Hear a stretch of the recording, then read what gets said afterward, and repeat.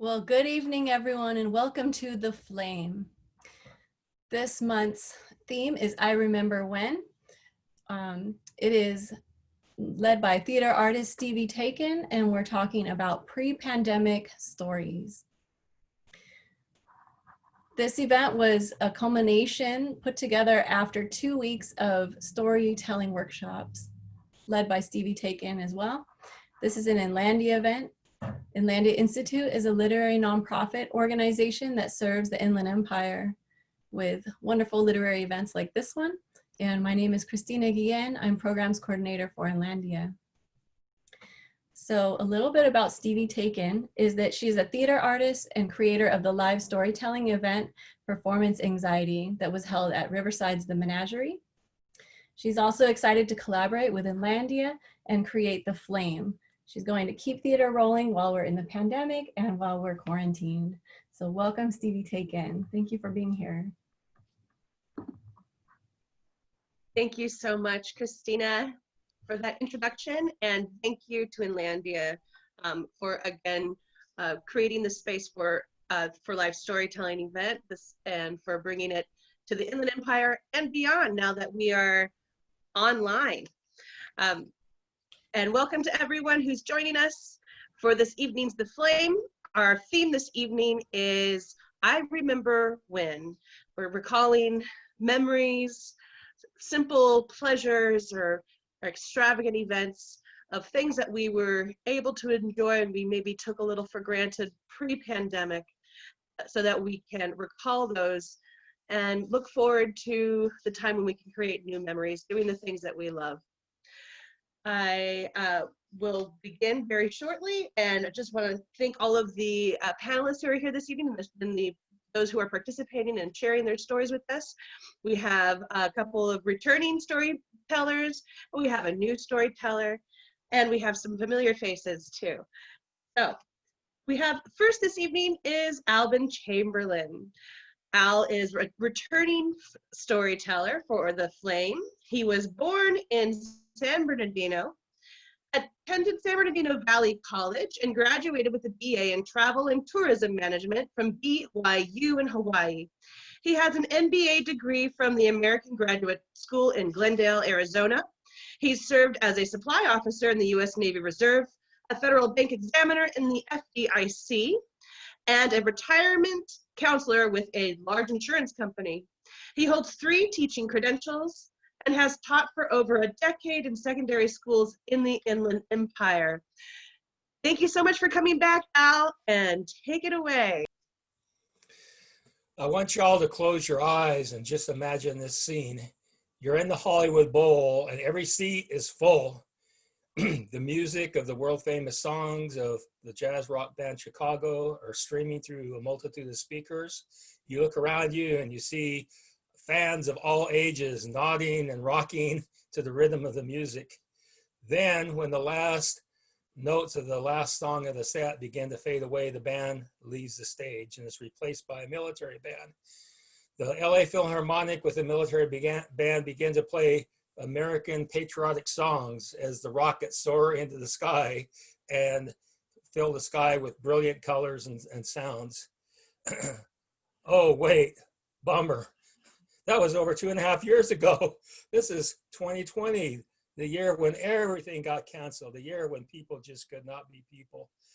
For such a social species as ours, this has been a year of loss and hardship and sacrifice.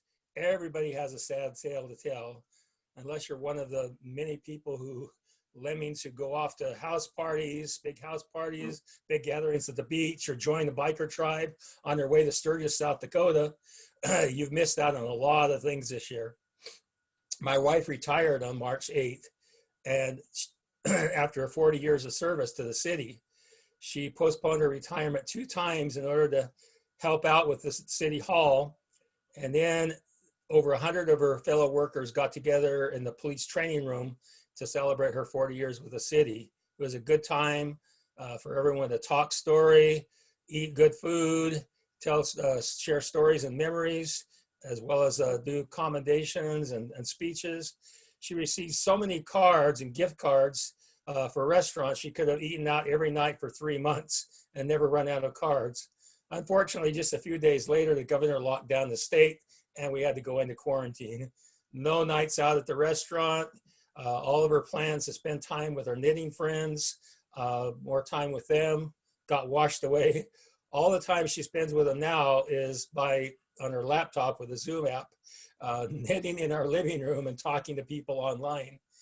All the public libraries closed, so the writers groups that I belong to and participated with had to go to Google Docs or to Slack to post their writing, and we could only meet online, see each other's faces online. My day-to-day occupation as a substitute teacher got washed away in the middle of March, and since then I haven't been able to work or earn any extra money to keep the tax man or any of the other wolves away from the door.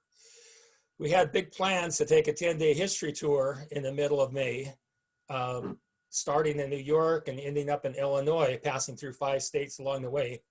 That got delayed until September, and just the other day we had to postpone it again until April of next year. My first grandchild was born in late March, and we in the river over in the Redlands Community Hospital. We weren't able to go see her or the mother in the hospital, and we couldn't see the mother also at home in her apartment for the first 2 months because of the fear of the COVID virus. That was a hardship for all of us, wanting to see our first grandchild that was born in March. But the biggest thing that we missed out on this year was being able to go to the Hollywood Bowl for the 4th of July fireworks show. Now people wonder, why is that such a big deal? My wife and I have been doing this with her peers and her friends, coworkers for at least 6 to 7 years now.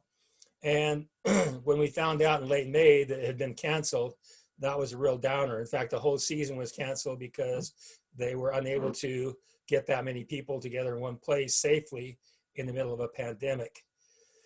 Her friend Donna got a block of tickets about 7 or 8 years ago and asked us to go along with them. And we found out that we could afford to go to the Hollywood Bowl on a public worker salary because it was in such a high section. Now, in order to get to the Hollywood Bowl, you have to pack up a big meal and some snacks, head west on the freeway, fight your way all the way to Hollywood. Then if you get there early enough, you can park in the lot on site and walk up to the main gate. Once you're at the main gate and they open, then you can take the escalator or the elevators up to the dining areas. They have a lot of places where you can purchase food, but we always bring baskets full of food, enjoying with the other families. Now, this is a good time to relax, talk story, catch up on busy lives, as well as eat some really good food. Everybody brings their favorite recipe from their family and puts it on a table to share. It's like a giant potluck. In original years, it was just the couples dining together and talking. Later, it became children and even grandchildren. You can get food from Italy, Mexico, and China all in one plate. Where else can you do that except in a buffet? Once all the eating is over and the gates of the upper sections open up, then you pack up your remaining food and beverages and migrate to the upper sections. We always seem to get tickets in the U section, and so when we're walking, I joke to my wife, the section U really means you're going to walk for a long way. Once you get to our assigned seats, then we can talk and eat some more, take a last run to the restroom before the warm-up music begins. The LA Philharmonic, along with one of the service bands, always provides the warm-up music. It's usually the Air Force Band of the Golden West, the Navy Band of the Southwest, or the combined Marine Corps Band from 29 Palms. They always play American patriotic music and also the service songs for each of the branches of the military. That's a time to honor the veterans and give them a chance to stand up and be recognized. I always enjoy watching to see how many of my fellow Navy veterans stand up when they play Anchors Aweigh. Technically, I was a supply officer in the U.S. Navy Reserve, but I still consider myself a veteran of the U.S. Navy. After the warm-up music, there's a 15 to 20-minute break, and it's our tradition to pass around snacks all around between the families. This is a last chance to pack on some extra calories for the evening. Then when the the featured act begins, goes on stage, everybody has to be seated, the lights go out. Over the years, we've seen a lot of different acts and a lot of different musical genres. There's been the a cappella group Pentatonics. We've seen the, the romantic ballads of Josh Groban, the jazz rock band Chicago, the legendary Smokey Robinson, as well as Nile Rodgers of funk and funkadelic and chic. The set usually lasts 60 to 70 minutes, and then when the final song is over, the band exits the stage, and the military band comes back up and begins to play with the LA Philharmonic. As the patriotic music soars through the speakers, the rockets and fireworks soar into the sky and light up the sky with brilliant colors and sounds. There's the fixed as well as aerial displays put on by professional crews who spared no expense to put on a spectacular show. The only thing that makes me feel a little bit sad is when it's finally over after 15 to 20 minutes of beautiful fireworks. It also makes me a little bit sad to see all the smoke and particulates hanging over the Hollywood Bowl and realizing that we've contributed a little bit to the global warming and pollution in the LA basin. But even before the last glare of the fireworks fades away and our retinas can recover, the LA Philharmonic is still playing the patriotic music until they finally reach a great crescendo of sound. The lights come back on and you can look around and you can see people from every country and every culture, every ethnicity and every religion all gathered together to celebrate the birthday of the tolerant country that gives them all a home. Oftentimes I wonder how my earliest US ancestor what he would think of this if he was there. He came over from central England 4 generations ago, crossing an ocean and most of a continent in order to get more political, economic, and religious freedom. Since the time of his death, dozens of his descendants have served in the US military under the flag of the country that welcomed him in as an immigrant way back in the 1850s. The thing that makes missing this bowl, 4th of July bowl appearance, doubly bummer this year was that my wife was retired. She wasn't working, able to talk with her coworkers or friends on a daily basis. And now we were losing our traditional social opportunity to gather and enjoy each other's company because of the COVID pandemic. We also missed out on any public display of fireworks because the public fireworks display at the San Manuel studio at the stadium there, minus the baseball game and minus the fattening stadium food, got canceled at the last minute due to fear and paranoia about the pandemic. There's so many other things we missed out on: a family reunion back in Colorado for my wife's aunts and uncles, and a chance to go on from there to see my older sister and her husband in Oklahoma City. All that got washed away by the pandemic spreading so rapidly. But the thing I most miss about 2020, the thing that I'll never forget, is that I was unable to celebrate the birthday of my country together with good friends, good food, good music, and spectacular fireworks, awesome fireworks at the Hollywood Bowl. Thank you, Al. Thank you for sharing that story. I can completely relate to that. I think a lot of us can. We're looking forward to getting back into the theaters and those venues, especially the Hollywood Bowl is such a special venue. If for anyone who's been there, they also know that. Our next storyteller is another returning storyteller to the Flame. Charlotte is a native of California and has lived in Riverside for over 50 years off and on. After exploring other cities in Southern California, Charlotte and her husband Bob moved back to Riverside and purchased the home Charlotte grew up in from her parents in 2005. Charlotte considers herself to be an artist in disguise as a realtor. She has always loved performing, and when she is not selling real estate, she can be found on stage at Riverside Community Players or working on art projects with the 52 Project at the Riverside Art Museum. She is excited to be a part of the Flame. She thanks Inlandia for creating this creative outlet. Charlotte, you're up. Thank you.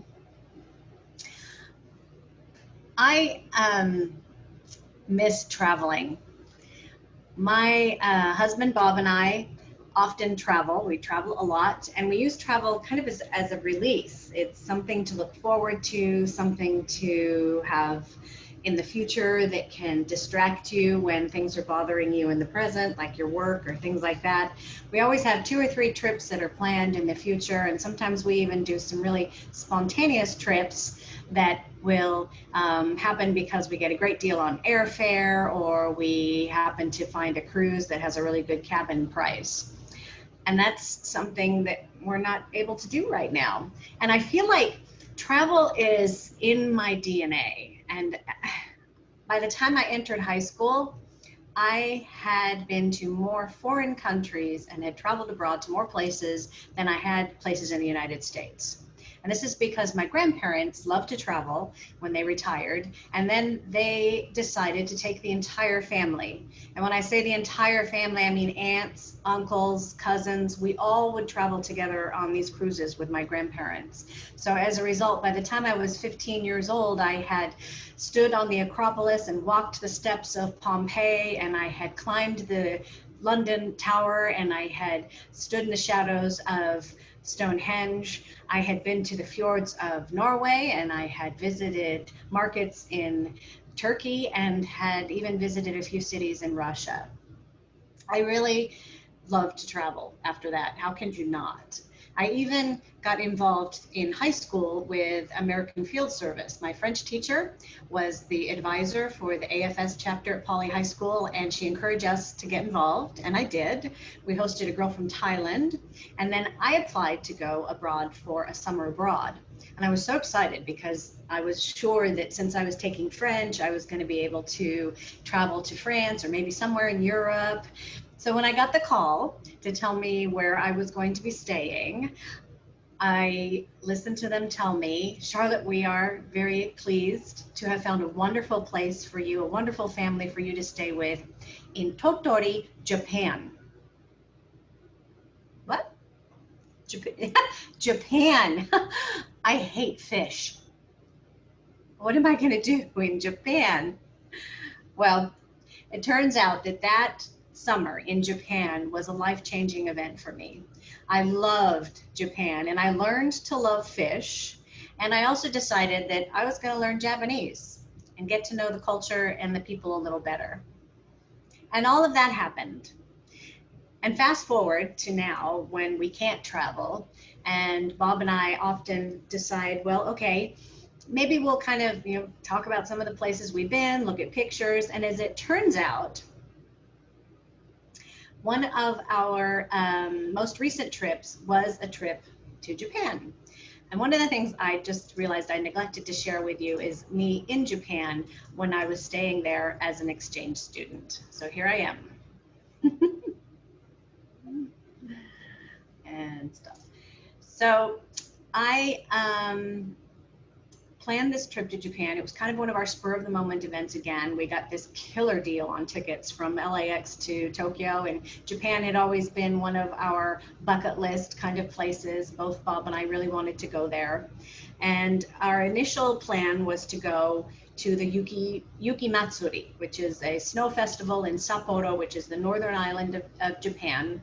And we booked the tickets planning on doing that, so they were in February. But then we decided it was going to be a little cold, and there's like 70,000 people that go to the snow festival, and we don't do crowds really well. We kind of like to take our own path and do our own thing. So instead of going there, we decided to go to Kumamoto and the onsen or hot springs region of the southern island of Kyushu. You may have heard of Kumamoto. There was a large earthquake there about 2.5, 3 years ago, and that's because of the multiple earthquakes on this island. But there's also these fabulous onsen. And we went to this little town called Minami-Oguni.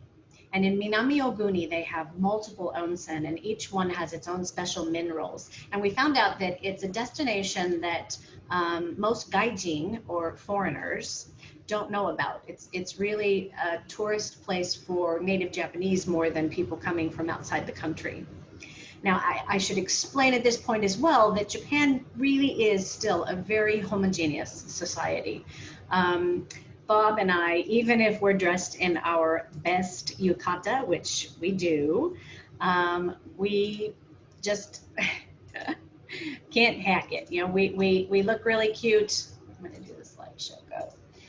We look really cute when we are dressed in our Western affair, and when we try to fit in, we do okay, but we still look like the gaijin that we are, no matter what the background is. And in small rural areas of Japan, this is still something that makes people nervous. Gaijin still make people nervous. So when we arrived at the ryokan and we're struggling to take our shoes off as we go into the lobby of this beautiful Japanese inn, the woman at the check-in desk gets this terrified look on her face and runs to the back office. And by the time we had gotten ourselves organized and gotten up to the front desk, a little less terrified woman came out, and looking very apologetic, she said, "So sorry, English no good, English no good." And I smiled and I said, "Ja, Nihongo saberimasu ka?" So let's speak Japanese. And her face morphed from fear to astonishment as she said, "Oh, あなたの日本語は上手ですね." And I said, "Ah, どうもありがとうございましたです。私の日本語は本当にあんまりよくありません。私は30年前に日本語を話したんだから、もうよく忘れました。ごめんなさい." Which roughly translated means, "You honor me with your wonderful praise." But really, it's been a long time, 30 years since I have used my Japanese. It's really not very good, and I only speak a very little. This is a perfect example of how the Japanese are, very polite. Even the language is overly polite. If you look at me, and I speak a couple words of Japanese, they're not going to expect it first. And then when I say something, they are just going to gush praise, even if I only speak 2 words of Japanese. It's one of the great things about traveling in Japan. They're very appreciative when you understand their culture. Our second stop on this trip to Japan was to visit my family in Tottori. Yes, the city that I visited in 1979 as a junior in high school. And my Japanese sister, Yuko, and her husband, Andrew, flew in from London to visit us, and we all had a reunion in Tottori. And it was a big reunion. A lot of the family members that I knew when I was there as a child came to say hello to us, and we had a wonderful time. We toured the Sea of Japan. But our favorite part of our visit to Tottori was the night that we went to the geisha bar. They don't really call them geisha bars anymore. I was just checking to see if you're listening. They're called snackubas, snack bars. Don't ask me why. These small, intimate bars are scattered throughout cities in Japan. You can find 5 or 6 of them on every street, and they're very small. They fit like maybe 12 people, and there's just enough room to scoot behind the bar seats to get around. And the mama-san, who is your hostess and usually the proprietor as well, is there to make sure that everyone has a good time and drinks and sings a lot of karaoke, and she'll sing along with you if that's what it takes. And every businessman in Japan has his favorite snakuba. You just don't wander into a snakuba. When you go in, they know your name, they recognize you, they welcome you. You have your own whiskey bottle behind the counter. Really, there's like 50 bottles of whiskey behind the counter with little tags on them with people's names on them. When you come in, the mama-san gets your bottle and she serves your drink. When you run out, you buy another bottle. So back to our snakuba adventure. My papa in Japan, his best friend and fellow English teacher, Mr. Matsumura, led the way to his snakuba after dinner, our final night in Tottori. As it turns out, this was a really big honor. I don't think we realized it as much until a couple days later, but gaijin are not usually invited into snakubas. And in fact, Andrew and Yuko were just a little bit jealous because they had never been invited into the snakuba, and Bob and I got to go when we were in Tottori. So we can't just walk in off the street. You really need to know the people in the bar. But this was a momentous occasion. We had our snow crab, which is my shirt is the snow crab, which is the winter fest food in Totori. There was lots of snow crab. And Mr. Matsumura and Papa were honored to have these gaijin guests. I'm sure that they got free drinks for like 2 or 3 weeks after we left because the mama-san was so excited to have us there. Andrew and Yuko were now excited because they actually knew where a snaku bar was that they could go to. They would now be welcome there. And Bob and I were just having fun, and as was anywhere in Japan, we were treated very, very well. The mama-san was going to be able to tell all of her patrons that these gaijin had come in from California and sang the karaoke songs in English and Japanese. And we did have fun singing. And this is the mama-san and Mr. Matsumura. And you can see she's all dressed up in her finest Japanese kimono. And then this is us having a great time, as you can see, singing karaoke and enjoying the snakuba. When Bob and I travel, we're always looking for unique experiences like this. And a lot of times they happen when we're somewhere that we don't belong. And this was a perfect example of that. Experiences like this can only happen when you're traveling on your own and doing your own thing. And when you're spontaneous and just kind of do what everyone with you is doing. And that's what we're missing right now, is that spontaneity in life and being able to just go out and do something that we think about doing all of a sudden. And we're hoping that we can look forward to more adventures being in the wrong place sometime very, very soon. Thank you, Charlotte. Thank you so much for sharing your memories of your travels. We discovered throughout this process in the workshops that Charlotte, not only does she speak Japanese, she also speaks French and Spanish. So she's a very interesting lady. Our friend Charlotte, who we all know from around town, she's involved with a lot of different and supports a lot of different organizations, and had this major secret we didn't know. Now we know. So thank you for sharing. We have a new storyteller, new to the flame. We have Roland Hosch with us this evening with a very fun and very exciting story. So if you have a seat, you'll probably be on the edge of it by the end, I promise. Roland Hosch is a native of York, Pennsylvania. He has lived in Brazil, Germany, and Korea with responsibilities ranging from missionary work to an English teacher. He was active in sports in college as well as the theater. He played football, was on the swim team, and did several productions with the York College Players. He graduated with a BA in Humanities from York College of Pennsylvania and a master's degree from National University in the teaching of reading. He has been an elementary teacher for the Redlands Unified School District for 25 years and teaches as an adjunct professor at Crafton Hills College. He has been a member of the Rialto Playhouse and the Inland Ballet Company. He is married to his wife, Jennifer, of 26 years, has 2 children and 2 grandchildren. Welcome to the flame, Roland. Well, it's great to be here. I remember when I was young and had a young family. I remember when my kids, Spencer was 5 years old and Olivia was 8 years old. And I remember like it was yesterday, we were sitting down and we had just started summer vacation, and my father had called and said that he was planning a trip to Utah to go to Mount Timpanogos, where there is a campground where he, at the base, would hike up as a young college student over 40 years earlier, would hike up to the top of the almost 12,000 foot peak of Mount Timpanogos and look over the Salt Lake Valley. He invited us to come with him. So I started talking to my wife and thinking about getting ready to go, and she says, "We'll go up there, but I'm not hiking up that mountain."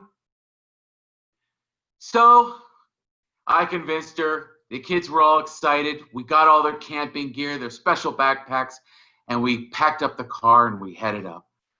And we were in that car for what seemed like forever, but I would do anything to get a second of that back now. I miss those times. We arrived at the camp late at the evening, and my dad and my mom had already been there. And we started setting up camp when it started getting chilly. We were dressed as our California with our shorts and our flip-flops and t-shirts, but we were getting cold. And so we set up the camp as quickly as we could, putting the tent up, and then we sat around the campfire. And there's something about sitting around a campfire with the people that you love. The warmth of the fire is magnified by the warmth of the love you have by the people that sit around it. And the crackling of the little tiny sparks from the fire and the little tiny red sparks that go up into the atmosphere while my dad told stories and tales. And he started talking about our trip up Mount Timpanogos tomorrow.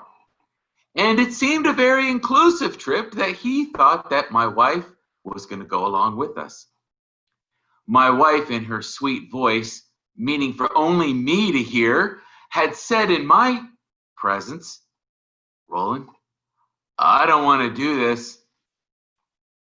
Well, with a little bit of encouragement from myself and my children, my wife had agreed that, okay, she would try to go hiking up the mountain. But she said, as long as she didn't have to carry anything up there, if she was going to hike up the mountain, I would have to carry everything, which I was okay with because I was young. I thought I could do anything. And so we packed my backpack, and we had 4 sleeping bags and 4 sets of pajamas and all the food and the tent and the water. We even took 1 sleeping bag and wrapped it around the back of my backpack, which made my backpack a 100-pound ball of camping equipment. Well, my kids were excited, and my wife, in her sweetness, always does everything she can for our children, even hike up a mountain. So we set off, and we set off to the most beautiful trail you could ever imagine. If you have never been to Mount Timpanogos and the beautiful of that forest, it has these white trees with a white bark, and it's almost like a fairy tale scenery. And as you start walking, the water that falls from the waterfall comes from a glacier high up in the mountain that the sun never reaches to melt. But in the summertime, it melts just enough to trickle down water to fill up an emerald lake. And when that emerald lake fills up, it trickles over the side of the mountain. And the single track, the switchbacks that you walk up, over 100 of them, the waterfalls fall over the whole way to the bottom. It is majestic. And as we started walking up that, my wife looked around and she said, "Oh my goodness, Roland, I am so tired. This is beautiful, but I don't know how I'm going to make it." And in my mind, I was thinking, you know what? I don't know if she will either, because we were only 5 minutes into the hike, and you're talking about a 9-hour hike up to the top of the 12,000-foot peak. But we kept going. And then a couple minutes later, after just casual walking and talking, we felt what felt like an earthquake. The ground started to shimmer, and my wife and I looked at each other, and we backed up, and a full-grown moose had started trotting onto the trail and trotted right past us. And my wife looks at me and goes, "Roland, I don't know if I want to do this." But Spencer thought it was so cool, and Olivia thought it was so cool, and I thought it was so cool. And we convinced her, what else could happen? I mean, we ran into a moose. There couldn't be anything more than that. So we kept up the trail. And you know, for hours, I remember us talking and being together and conversing. I couldn't tell you what we talked about, but we were a family. We were a family on that trail. The kids sniffing at the Indian paintbrush flowers, and my dad telling stories of when he was a college student. You know, that really shaped me as a father, and I know it shaped my children as sons and daughters. We remember those times. We don't remember what we talked about, but we remember that we did it as a family. Well, we got to this one point where the switchbacks became what you would say expert, where the switchbacks would go, and then you would take one step up about a foot, and then you would do another switchback. and then you take 2 steps up and you would go. And it kept doing this until you were several hundred feet up. That when you would look over, it was a fall of death, let's just say. Well, I wasn't worried because I had been walking with the children ever since they learned how to walk. And I remember as if it was yesterday, little Spencer in his little Winnie the Pooh backpack with his little sippy cup in it and his Spider-Man sneakers, just walking along. That little 5-year-old kid with the blonde curly hair, just walking along. And I'm looking at him and I'm looking at that beautiful valley below with the trees and the aspen forest. And I'm thinking, this is heaven. And behind him, I see Olivia in her Winnie the Pooh backpack and her Nike sneakers and her just following Spencer. And I could tell she was thinking the same thing I was. What a beautiful place. There's something to be said about children in the forest, in the wild, seeing beauty for what it is. I think that's really what makes children grow up to want to respect the world they live in. And I'm capturing all this in. And I'm thinking about nothing but good thoughts. And then, from behind, I hear, and I look around, and there's my wife, plastered against the wall, and she's going, Roland, I don't want to do this. And I tried to convince her. I said, you know what, Jen, just don't look down. As long as you just keep walking forward. And she interrupted me. She said, Roland, please go walk next to Spencer. And I said, oh, Spencer, he's fine. He's been hiking with Roland. Please go walk next to Spencer. If he falls, oh, Jen, he's okay. We've been hiking. Roland, go walk next to Spencer. So you want me to walk next to Spencer? Okay, so I started hustling a little step faster, went around to Olivia, stepped next to Spencer, and my foot caught some loose gravel. It slipped, it went down, my knee hit, and I went over. And I'm hanging on the cliff. And I wasn't worried at the time because I knew that the roots of the trees that I was hanging on were pretty solid. But my son, little Spencer, he squatted down so his rear end touched the floor, and in his blue eyes, blink, blink, filling up with tears, looked at me, and he said, bye, Dad. I didn't want to lose you so soon. He thought I was going over and was saying his last goodbyes. Well, I tried to get up, but my feet just couldn't quite catch the ledge because the ledge was going under where my feet couldn't quite grasp. Well, luckily for me, my wife did a little bit faster of a quick step over, shuffled over, helped the backpack first because all the kids' sleeping stuff was in there, and then helped me. Well, we continued on our journey, and we walked the whole way up to the top of Mount Timpanogos. There were some points at 12,000 feet where you can barely catch your breath, where you only have to take 1 or 2 steps and then stop to catch your breath. And you know, that's what life, my kids have realized as they got older, life can be like that. Sometimes you just can take 2 steps and you gotta stop and take some breaths. Those times were very special to me, especially when we reached the little hut at the top where my father had reached 40-some years earlier, where all the young people who had, college students had signed their names. And I was there with my dad and my son. I miss those times for many, many reasons. The first reason is my dad has passed since then, and I miss him a lot. My kids have all grown up, and those adventures for right now are trying to find adventures through other people's eyes in the form of Netflix and YouTube videos. But I will never forget the time I had with my family. And I look forward to the time that maybe we can take that trip with our grandkids. But I don't think my wife will go along this time. Thank you so much, Roland. That was very exciting. And there were, when we were going through the workshop, by the way, if anyone is interested in telling life stories, get a hold of us and let us know. And we all have stories to tell, and we do 2 workshop nights and help you develop it. And that's when Roland came to us, and we learned that there was actually a lot more to that story, but we limited it to 10 minutes. So there was some other fun pieces that we got to experience in the workshop, but you came up with. Thank you so much. It was wonderfully presented.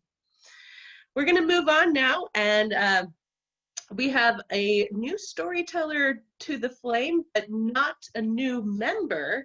You'll recognize this next story presenter. She is Christina Guillen of Inlandia Institute. Christina is a creative writer, artist, and a shamanic practitioner. She has written a historical novel, Sankiski, a screenplay of the same title, and a zine series involving art, identity, and race called Half Moon Hefa. She works with the Oklahoma Native American Church toward medicine person certification. Christina lives in Rubidoux, California, enjoying her garden while waiting out the pandemic. We have Christina. Thank you, Stevie. I'm still laughing at Roland's voice. Hilarious, the devil voice. Okay, so thank you for having me.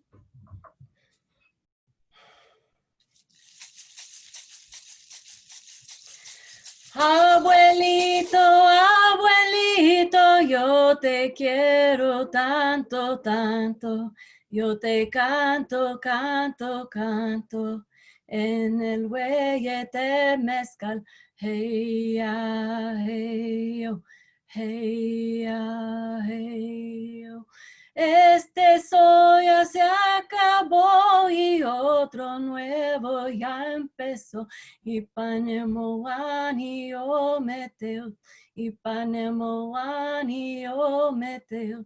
Hey ya, hey yo, hey ya, hey yo. So I remember when all of 2019, I volunteered for a hospice. I was 36 years old, and the life of a healer was calling to me. It had an intensity that I didn't understand. I had dreams of healing animals and helping people cross over to the other side. I had to do something in ordinary reality to try to understand what all these dreams were trying to tell me. Enter Joe, an 84-year-old military veteran living in a senior center in memory care. He has 6 months to live. Now there's Big Joe and there's Little Joe. Big Joe looks you in the eye and he knows that he's a grown man, but he rarely comes out. And Little Joe is there most of the time. He's always floating in the now. I remember the first time when we met. His wife, who visited him almost every day, introduced us. And she reassured me that he forgets every 3 minutes. And if he gets agitated, just remind him that his clothes are here, show him his closet, his bed, tell him that he's at home. For some reason, that reassured me that he forgot every 3 minutes. She told me to hold his hand so that he could be stable. That made me nervous. I had never held an older man's hand, let alone an older man in memory care who was 84 years old. I was intimidated by how tall he was. He wore a red hat with the Marines logo on the front of it. My throat got tight when I looked around the facility and saw the other patients who were in memory care. And I just thought, how could this be? How could people lose their memory? And what's going on in society that this could happen? I remember when every time I would come to visit, I would have something planned to do. Whether it was reading books or playing games or making a painting. But none of that seemed to work. Joe would be agitated and he would mumble. He would try to get my attention. I couldn't understand what he was saying, so he would just hit me and say, "Hey, are you listening to me?" And I struggled to understand, feeling very victimized. And I would try to change the subject, redirect. Do you want to go for a walk? What do you need, Joe? But nevertheless, when I got home, I would cry. But then one day I was running late. I didn't have time to plan, so I didn't bring any activities at all. And I was feeling really spontaneous. And I thought on my way, that's it. You know what? Joe doesn't have much time left. Let's go ahead and have some fun. And so from then on, I grabbed his hand with both of my hands, and I led him around the hallways and through the gardens as though he were my own grandfather. I leaned in closer to him, and we went for walks everywhere, inside and out. We said hello to everybody, including the staff, the woman doing laundry. We barged into the kitchen and just said hi to the chefs, the cooks. And every now and then, or actually most of the time, people already knew who he was. They knew him by his first name. They would say, "Hi, Chulo." And he would respond, "Hi, Chula," very shyly. They would say, "Hey, Jojo." "Hey, Jefe." "Hiya, Joe." Everyone knew him. He would light up every time. So it was always nice to see him with a smile. We became partners in crime. We walked wherever we wanted. We would paint the town red. That's what he used to call it. And the place was like a small town in itself. It had its own miniature movie theater, its own 1950s style cafe, a beauty salon. It had a game room, a living room with a fireplace, the diner, the garden, and the dog park. And I thought, you know what, since Joe forgets every 3 minutes, he probably really thinks we're at some faraway movie theater or some other park in another city. I remember how little by little Joe brought me into his world. He had a carefree and eternal space that he lived in, and our visits became my refuge.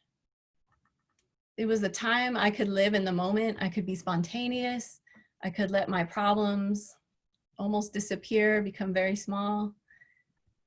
And I thought, do we all get to return to such a blissful place? Then why worry about anything?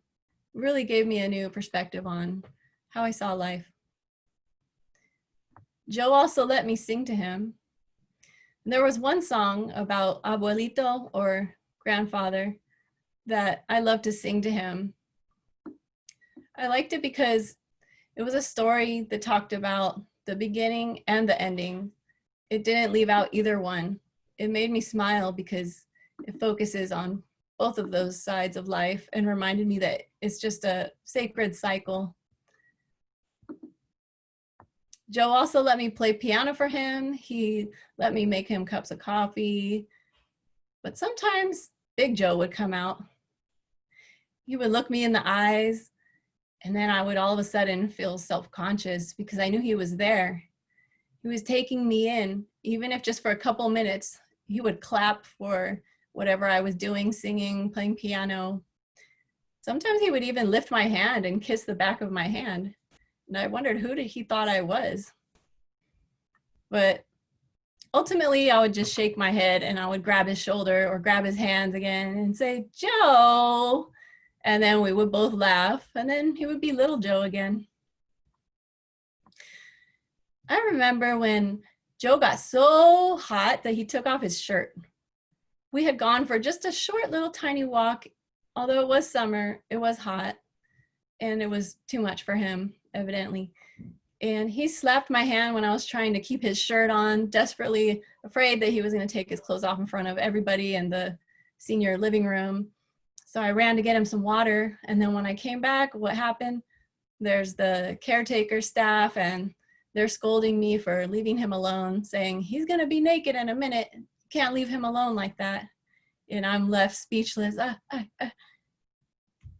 Another interesting day with Joe.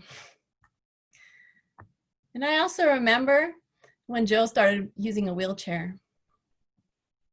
And I used to miss the way that we would hold hands going down the hallways. Something just wasn't the same. But his wife told me that he was getting more frail and he needed it, so we used the wheelchair. And each time that I left our visits, I would try to take a longer look at him, just in case, because I never knew when would be the last time that I would look at him. And then eventually his wife told me that she wanted him to move in with her for financial reasons, and that he'd be leaving the care center, and that my last month with him would be January. So January of 2020 was my last month with Joe. And after January, I didn't hear anything for a few months. And then after 3 months, I received a message that Joe had passed, that he had experienced complications with his medication, and that his wife was heartbroken, but so grateful that she got to spend that time with him in their home, and that I was able to volunteer and spend time with him as well. So I lit a candle, and I sang his song home with my grandfather's song. So with these memories in place, I guess I wasn't there to help Joe cross over exactly like I thought I would, like in my dreams. But I did get to learn a lot about life and people and slowing down and the simple pleasures. And I'm sure all of that will help me on my journey to becoming a healer. I'm glad I had those experiences, and who knows when we'll be able to have those experiences again to volunteer for a hospice and visit seniors in the senior centers.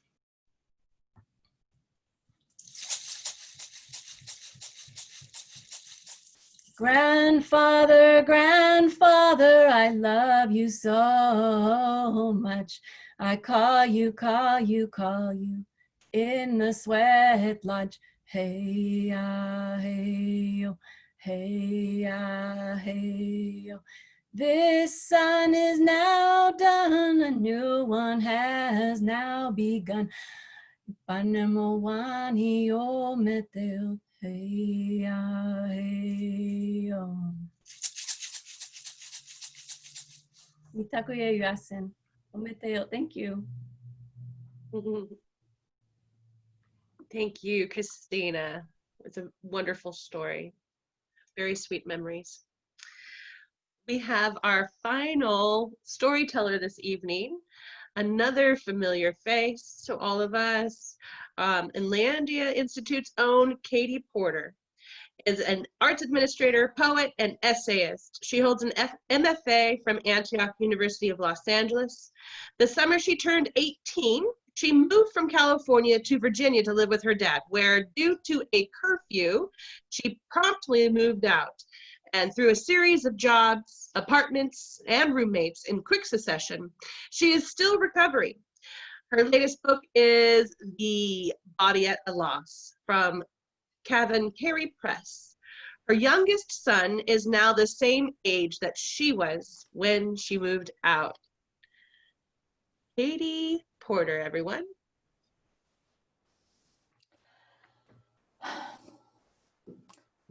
You know, with the pandemic, I've been reflecting a lot on roommates.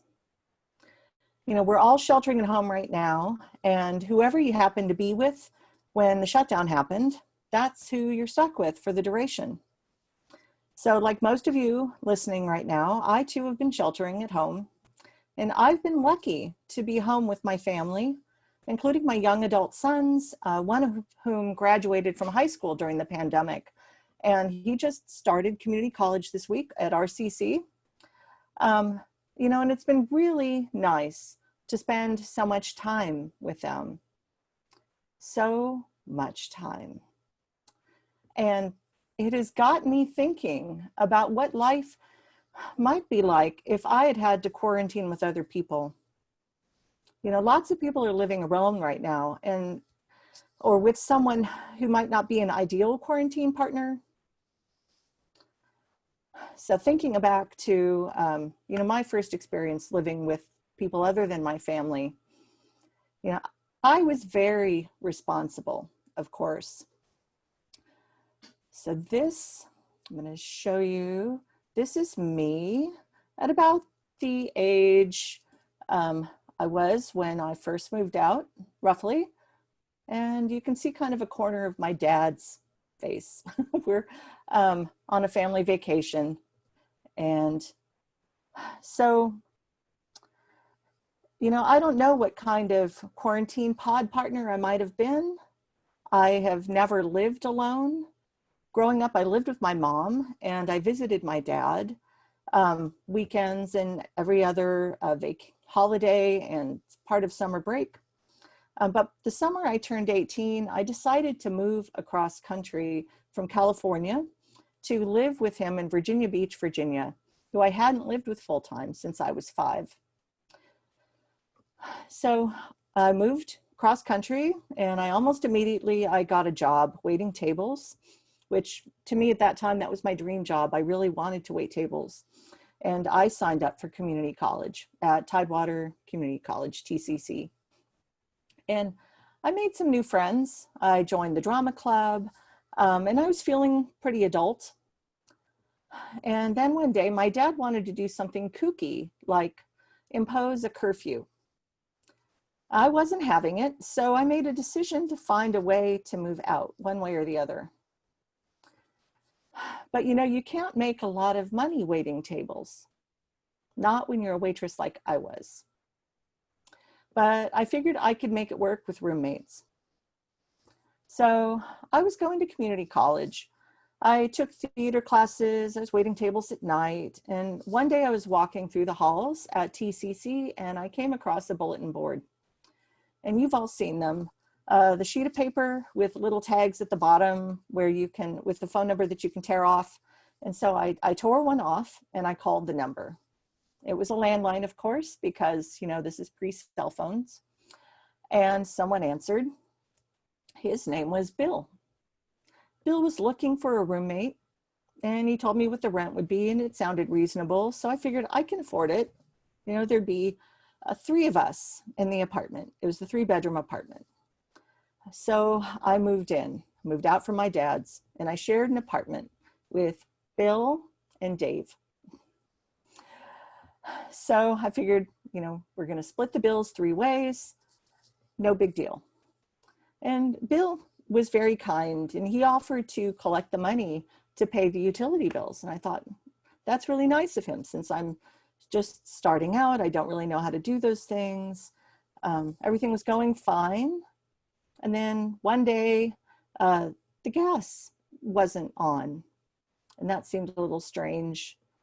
Then one day after that, the phone quit working and then the electric. So I guess Bill had decided to stop paying the bills. So I managed to wriggle out of my leaves and I moved out in the middle of the night without telling them. And I moved back to my dad's. So not too long after that, you know, I got the urge. I really wanted to live on my own. You know, I was an adult. I was 18. And I met Kendall. She was a really nice young woman about my age, and she lived in the neighborhood with her aunt near my dad's house.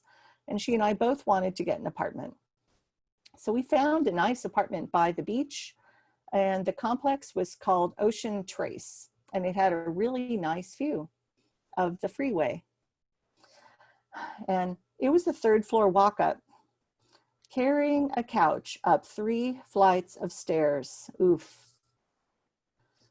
Well, it was awkward, kind of like roommates sometimes. One night we bonded after watching Silence of the Lambs, and neither of us could sleep the entire night. But after that, I wasn't really a great roommate. I wasn't around as much as she would have liked. And she wanted to know crazy things like, where was I going? And when was I coming back? So I wasn't very good at communicating those things. And pretty soon, Kendall just decided she was going to move back to Texas. And so back to my dad's I went. My first waitressing job, the one that was the dream job, I was working for TGI Fridays, and it was really fun to work there. Nice culture. I learned a lot about being a dub-dub, which is the restaurant speak for waiter or waitress. And it was a lot of fun. But one day they sat me down and they said, Kate, you know, I went by Kate back then. You know why we're sitting here? And I honestly had no idea. But I guess you know, my time management skills have always been a little, well, out of sync. So I went looking for another job, and I got another waitressing job at a Mexican restaurant called Chi-Chi's. Monday night football in the bar was fun. And I learned that if you chatted up some tables, they'd leave you a really good tip. Except sometimes I'd forget about the other tables. Oops. And then there was that time I was carrying a tray of margaritas, you know, those big trays of just big margaritas. And I was going to the dining room, and there were a couple of steps to get down into the dining room. And well, I missed a step, and the margaritas went everywhere. So I believe the restaurant had to pay for some dry cleaning. Anyhow, that Chi-Chi's is where I met my next roommate, Jill. Jill was a college student. She and I got along really well. We rented an old-fashioned apartment with wood floors in a trendy area of Norfolk called Ghent. We had a lot of fun hanging out outside of work too, and we went to parties.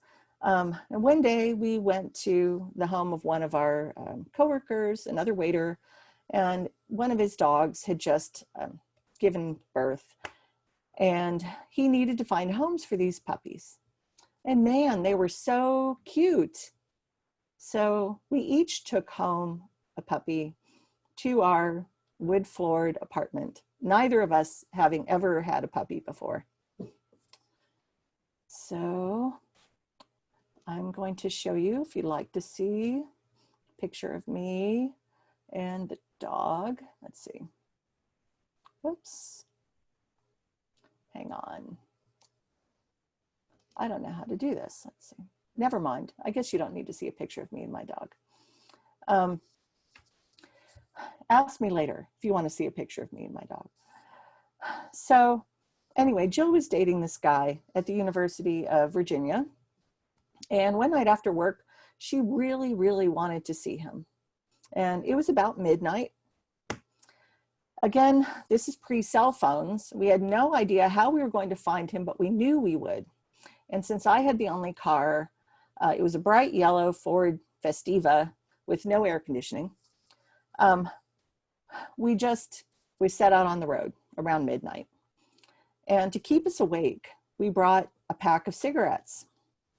And one by one, you know, we each took a puff, smoked the cigarettes. And, you know, by the time we got there, most of the pack was gone. We'd never smoked before. So we get to the dorms, and, you know, we drove around for a while, and we were sure we knew he had to be there. We could find him if we just knew where to look. But, you know, of course, we didn't find him. So we were both feeling pretty sick, and we headed out back home. And on the way home, we ran out of gas. We ran out of money. And so we were sitting in front of a gas station. I still don't remember who I called to get home, but, you know, those are the memories. She moved out, of course, Jill moved out. And my next roommate was Michelle, but I'm going to save that for another story because there are a lot of stories rolled up into that one. But, you know, suffice it to say, you know how roommates sometimes borrow things from one another? The day I moved out, Michelle was wearing one of my favorite sundresses, and it seemed like she had no intention of giving it back. But, you know, who am I to talk? Because, you know, these earrings, they belong to Jill, and I still think of her when I wear them. So I moved back to California, and my dad's still in Virginia. I really don't know when I'm going to see him again with this pandemic. My youngest, you know, he started community college this week, and he's rooming temporarily with one of my sisters. He's looking for his first job, and he is hoping to find an apartment. And the only way he's going to be able to do that is with roommates. And yes, he still has a curfew.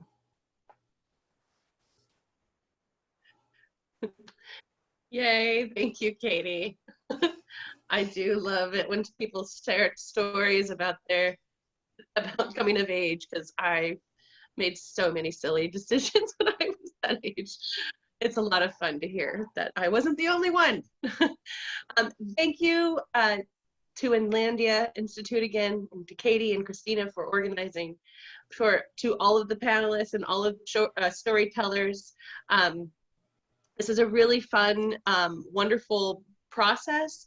So if anyone is out there is interested, Christina is going to follow up with a little bit more information about how you can follow Inlandia and learn about the future upcoming storytelling events. It includes 2 workshops where we all sit around and tell each other our stories. We all have stories. We all love to share stories. This workshop helps us sort of develop them and heighten them into a presentation style. With that, thank you for joining us, and looking forward to the next time. And we haven't announced a theme yet. We're still working on it. We'll have something coming soon. And with that, I'm going to hand it back over to Christina. Thank you, everyone. Okay, great. Thank you, Stevie. Another great episode of The Flame. So thank you to all of our storytellers tonight. We had Cati Porter, Al Chamberlain, Charlotte Ransom, Roland Hosch, and me. And thank you, audience, for joining us. So yes, if you would like to participate in the next Flame, you can contact Inlandia at inlandiainstitute.org, or you can follow Inlandia on social media, Twitter, Facebook, and Instagram, to find out the notices of when the next event will be and what the theme will be. And all you need to do is submit a small paragraph about what your story will be about. And well, that's it for us, and that's it for The Flame. Thank you again for joining us, and let's go ahead and sign off. Say goodbye, everybody.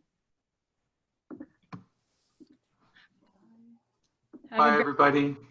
Bye. Bye. Good night. Bye. Good night. Thank you, Roland, for joining us. Bye, everyone.